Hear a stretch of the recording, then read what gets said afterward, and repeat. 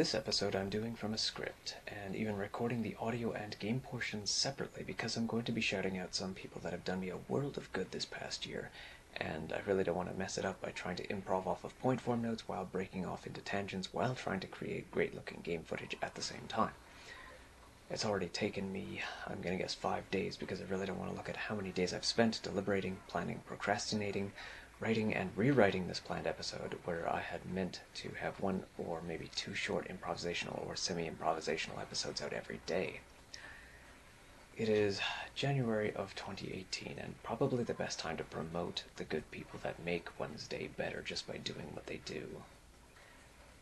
Before I start, I'd like to point out that links to all these people's channels are in the description below, so I would encourage you to check them out as soon as you are able.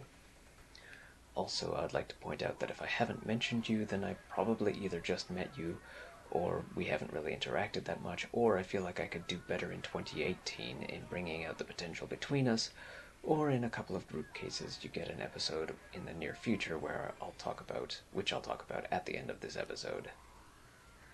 First up are the Digiwhat's, consisting Dustin, Unruly Tuna, and Zed Diggity, or Z Diggity as he says it.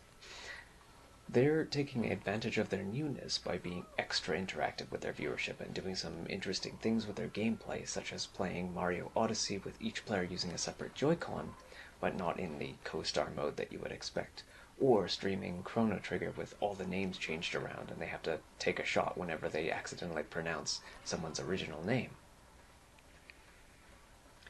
Next is BWA Switch. Some people spell it out as BWA Switch, some say BWA Switch, or just BWA, and I like to say BWA or BWA Switch. She is one of the most natural first follower type people I've ever met. She's incredibly supportive of everyone around her, and usually when you see her on a live stream, either her own live stream or someone else's live stream, you know you are in for a good time. Next up is Very Random Butterfly. VRB is a creative person, and you know how much I am a proponent of original work. She posts her own art and the process behind making it with time-lapse video of her painting process. She always opens up her blogs with Very Random Butterfly, and you can't help but crack a smile as she cracks your speakers or headphones with that intro.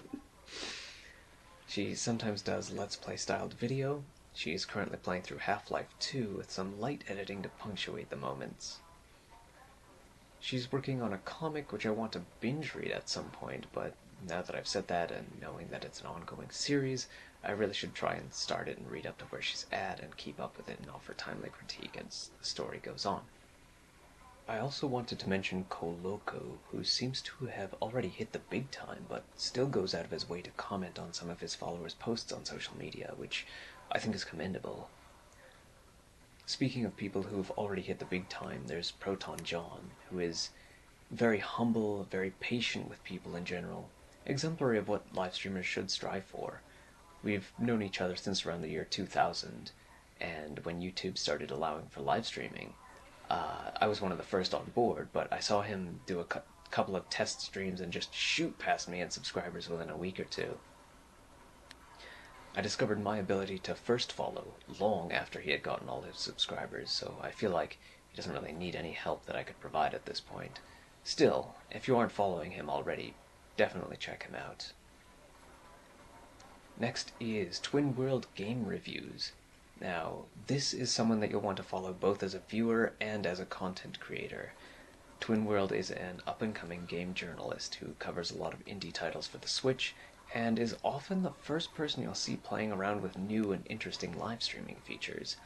For example, just recently he started using an interactive overlay that lets his viewers click on their screen, click on his live stream, to sort of warm up an area of the screen like you would see on mood stickers or mood rings. It's he is using it while playing a Pick-a-Pix, which is a nonograms or Picross styled game, and he wants his viewers to sort of give him hints by clicking on the screen as he solves the puzzles. If you attend his live streams, you're guaranteed to encounter his cats, who are always happily purring and chirping for his attention. overall, he just has a great attitude and is all around a really patient guy, so no matter what kind of person you are, you'll likely get along with him. And of course, when I talk about patience, the last but not least on the list is Wolfie, aka Dark Moon Wolf 23. My favorite co-host and a fellow aficionado of high-action games, Mega Man X-styled games, and esoteric RPGs. A very unusual combination of tastes and, sadly, a rare kind of person to meet these days. Again, a super patient lady. She puts up with all my antics, so she'll likely get along with you too. She was actually one of my first followers, moderators, supporters, and friends in the online videoing and live streaming space. I cannot advocate her enough.